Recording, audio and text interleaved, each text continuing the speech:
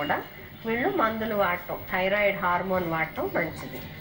అలాగే ఆహారం విషయంలో పోషక విలువలు కలిగిన ఆహారం కొంచెం కొంచెంగా ఎక్కువ సార్లు, ఎందుకంటే వీళ్ళకి గ్యాప్ ఎక్కువ ఇచ్చినట్లయితే యాసిడ్ తయారీ ఎక్కువ ఉండటం వల్ల నాజియా, వాంతులు కావటం ఎక్కువ అవ్వచ్చు.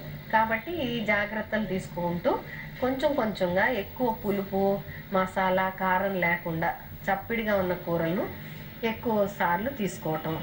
ద్రవ పదార్థాలు కూడా తగు మోతాదులో కనీసం 8-10 గ్లాసులు ద్రవాలు, నీరు కానీ, కొబ్బరి నీళ్ళు, సూపు, మజ్జిగ ఇటువంటివి తీసుకోవటం అవసరం. అంటే ఫ్రీక్వెంట్గా మూత్ర విసర్జన చేయటం వల్ల వీళ్ళకి యూరిన్ ఇన్ఫెక్షన్ వచ్చే అవకాశం కూడా తక్కువ ఉంటుంది.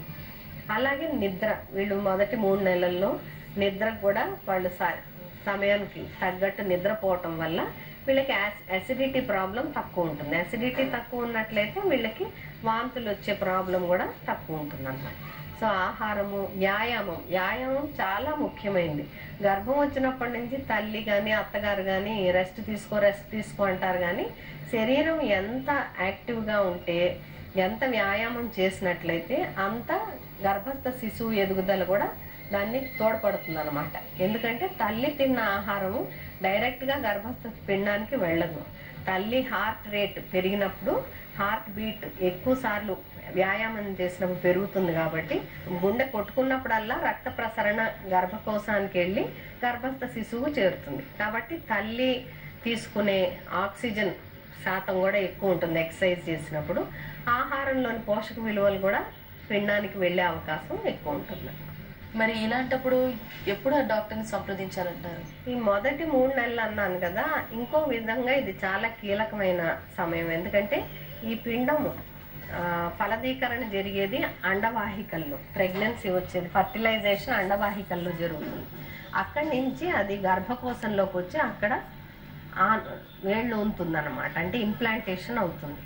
సో కొన్నిసార్లు ఆ స్త్రీలో ఏదన్నా అండవాహికల్లో ఏదన్నా ఇబ్బందులు ఉన్నా, గర్భకోశంలో ఏదన్నా అవకరాలున్నా వీళ్ళకి ఎక్టాపిక్ ప్రెగ్నెన్సీ అంటాం. అంటే గర్భకోశంలో కాకుండా అండవాహికలోనే ఈ గర్భం తట్టుకొని పోతుంది అన్నమాట, అక్కడే పెరగటం మొదలు పెడుతుంది.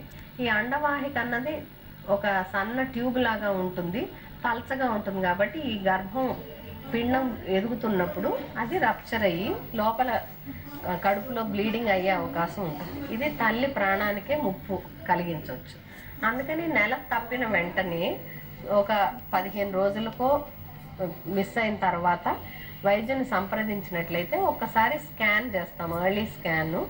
దీనివల్ల గర్భకోశం లోపల ఉందా, గర్భము ట్యూబ్లో ఉందా, ప్రెగ్నెన్సీ టెస్ట్ పాజిటివ్ ఉండి 15 రోజులైనా కూడా గర్భకోశంలో పిండం కనపడకపోతే వీళ్ళకి సీరం బీటా హెచ్సిజీ అని ఒక రక్తం టెస్ట్ చేస్తాం.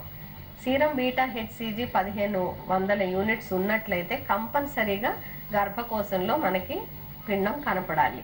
అది కనపడకుండా అంత హై బీటా హెచ్సిజీ ఉంది అంటే అది తప్పనిసరిగా అండవాహికల్లో ప్రెగ్నెన్సీని సూచిస్తుంది.